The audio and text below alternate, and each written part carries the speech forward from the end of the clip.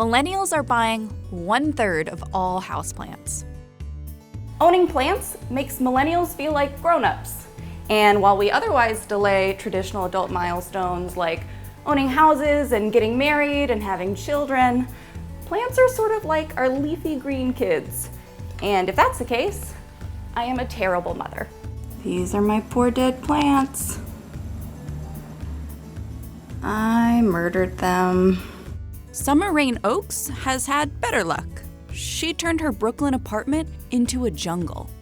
I know it's over 400 species and it's probably well over 700 plants now. And I just will always keep on getting new plants and new species because it's what interests me. It's kind of like my Netflix.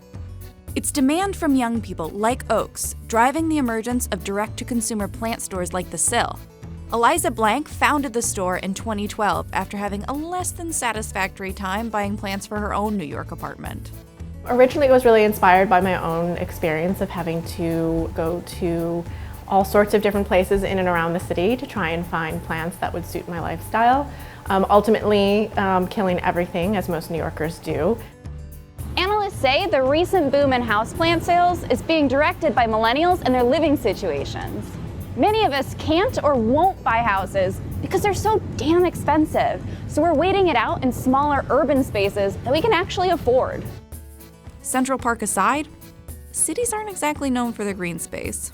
People are in more confined spaces, they don't necessarily have backyards, they may not even have balconies, and you still want to have that kind of connection to nature, or at least what nature affords you.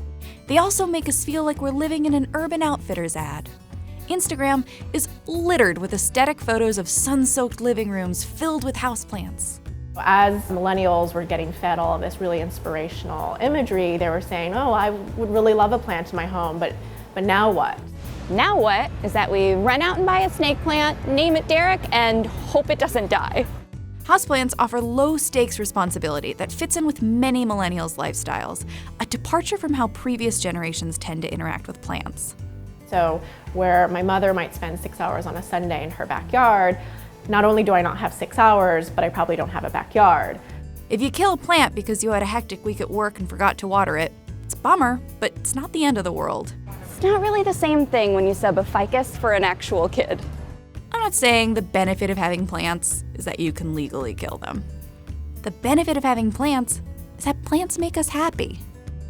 You know, obviously plants have so many benefits that we are aware of, but maybe have forgotten since middle school science. You know, the fact that they clean the air and the fact that they, have actually been proven to increase things like our productivity or boost our mood. I'm not saying that you need to have like 800 or whatever, but you gotta do what makes you feel happy. From here at The Sill, I'm Abby Tang.